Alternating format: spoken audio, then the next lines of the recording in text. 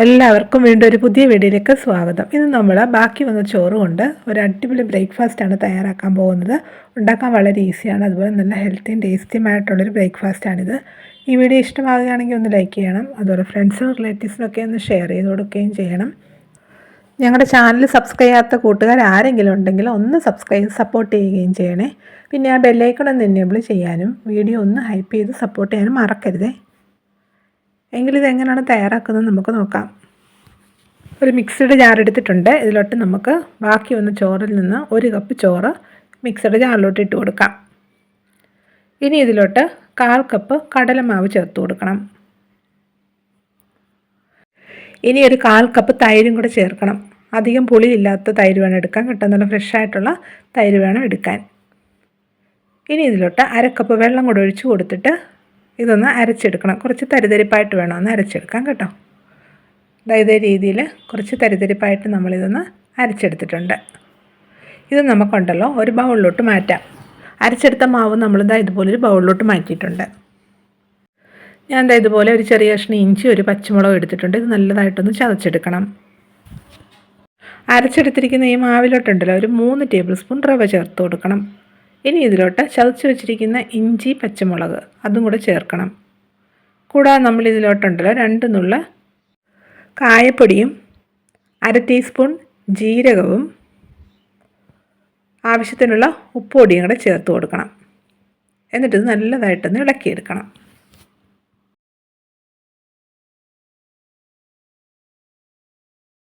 ഇത് കുറച്ച് കട്ടിയായിട്ടാണ് ഇരിക്കുന്നത്, അതുകൊണ്ട് നമ്മൾ ഇതിലോട്ടൊരു 1/4 കപ്പ് വെള്ളം കൂടെ ചേർക്കുന്നുണ്ട്. വെള്ളം ഒഴിച്ച് കൊടുത്തിട്ട് നല്ലതായിട്ട് ഒന്നുകൂടി ഒന്ന് മിക്സ് ചെയ്യണം.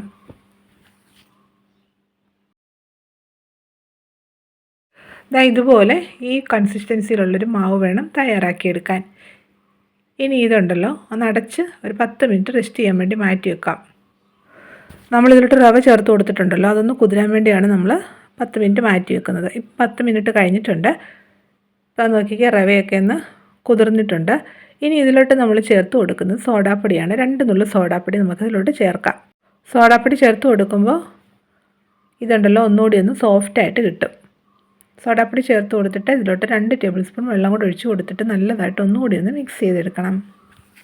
ഇതുപോലെ ദോശമാവിൻ്റെയൊക്കെ പരുവത്തിലുള്ളൊരു മാവ് വേണം തയ്യാറാക്കിയെടുക്കാൻ, കേട്ടോ. ഒരു പ്ലേറ്റ് എടുത്ത് അതിലോട്ട് സ്വല്പം എണ്ണ ഒന്ന് ബ്രഷ് ചെയ്ത് കൊടുത്തിട്ടുണ്ട്. കൂടാതെ നമ്മളൊരു വാഴയില വഴറ്റി ഒന്ന് കട്ട് ചെയ്ത് വെച്ച് കൊടുത്തിട്ടുണ്ട്, കേട്ടോ. ഇനി ഇതിലോട്ട് തയ്യാറാക്കി വെച്ചിരിക്കുന്ന മാവ് ഒഴിച്ച് കൊടുക്കാം. പ്ലേറ്റ് മാവൊക്കെ നമ്മൾ നിറച്ചെടുത്തിട്ടുണ്ട്. ഇനി ഇത് ആവി കയറ്റി ഒന്ന് വേവിച്ചെടുക്കണം. അതിനുവേണ്ടി സ്റ്റൗ കത്തിച്ചൊരു ഇഡ്ഡലി പാത്രം വെച്ച് കൊടുത്തു. അത് കുറച്ച് വെള്ളം വെച്ച് തിളപ്പിച്ചിട്ടുണ്ട്. ഒരു ഇഡ്ഡലി തട്ട് ഇതുപോലെ ഒന്ന് കമിഴ്ത്തി വെച്ച് കൊടുത്തിട്ടുണ്ട്. ഇതിലോട്ട് മാവ് നിറച്ച പ്ലേറ്റ് വെച്ച് കൊടുക്കാം. ഇനി ഇതിൻ്റെ അടപ്പ് വെച്ച് അടച്ച് ഒരു 15 മിനിറ്റ് നമുക്കിതൊന്ന് വേവിച്ചെടുക്കാം. ഇപ്പോൾ ഒരു 15 മിനിറ്റ് ആയിട്ടുണ്ട്. നമുക്കൊന്ന് തുറന്ന് നോക്കാം. വെന്തോന്നൊന്ന് നോക്കാം. നല്ലതായിട്ട് വെന്തിട്ടുണ്ട്. ഇത്രയും മതി. ഇനി നമുക്ക് സ്റ്റൗ ഓഫ് ചെയ്യാം. എന്നിട്ട് ഈ പ്ലേറ്റ് ഇഡ്ഡലി തട്ടിൽ നിന്ന് മാറ്റി ഒന്ന് തണുക്കാൻ വേണ്ടി വെക്കാം. ഇപ്പോൾ ഇത് നല്ലതായിട്ട് തണുത്തിട്ടുണ്ട്. ഇതിൻ്റെ സൈഡ് ഇതേ രീതിയിൽ കത്തി വെച്ചിട്ടൊന്ന് ഇളക്കിയതിന് ശേഷം കമഴ്ത്തി കൊടുക്കുമ്പോൾ ഇത് പെട്ടെന്ന് തന്നെ ഇളകി വരും. ഇനി ഇതിൻ്റെ ഇല അങ്ങ് ഇളക്കിയെടുക്കാം. അത് നോക്കി നല്ല പെർഫെക്റ്റായിട്ട് തന്നെ കിട്ടിയിട്ടുണ്ട്. ഇനി ഇത് നമുക്ക് ചെറുതായിട്ടൊന്ന് മുറിച്ചെടുക്കാം.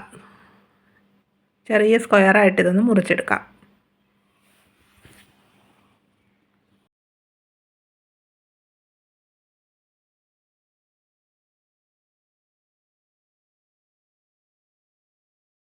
എല്ലാം ഇതേ രീതിയിൽ ഇത്രയും വലിപ്പത്തിൽ നിന്ന് കട്ട് ചെയ്തെടുത്തിട്ടുണ്ട്. ഇങ്ങനെ വേണമെങ്കിൽ കഴിക്കാം, കേട്ടോ. ചട്നിയൊക്കെ കൂട്ടി കഴിക്കാൻ നല്ല അടിപൊളിയാണ്, കേട്ടോ. ഇനി ഇതിൻ്റെ ടേസ്റ്റ് കൂട്ടാൻ വേണ്ടി നമ്മൾ ഒരു കാര്യം കൂടെ ചെയ്യുന്നുണ്ട്.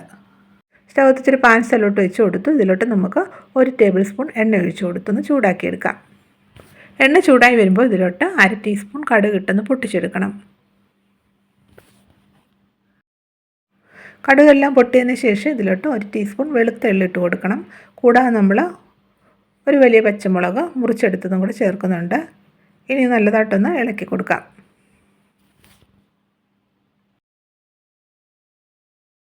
നല്ലതായിട്ടൊന്ന് ഇളക്കിയെടുത്തതിന് ശേഷം ഇതിലോട്ട് നമ്മൾ വേവിച്ച് വെച്ചിരിക്കുന്നത് ഇട്ട് കൊടുക്കണം.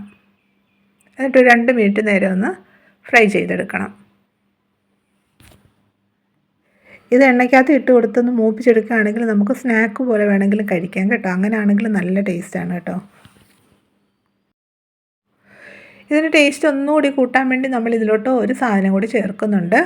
സാമ്പാർ പൊടിയാണ്. 1 ടീസ്പൂൺ സാമ്പാർ പൊടിയാണ് നമ്മളിതിലോട്ട് ചേർത്തിരിക്കുന്നത്. സാമ്പാർ പൊടി ചേർത്ത് കൊടുത്തിട്ട് സ്റ്റൗവിൻ്റെ ഫ്ലെയിം ഒന്ന് മീഡിയത്തിലാക്കി കൊടുത്ത് 2 മിനിറ്റ് നേരം ഒന്നുകൂടി ഇതൊന്ന് ഇളക്കിയെടുക്കണം.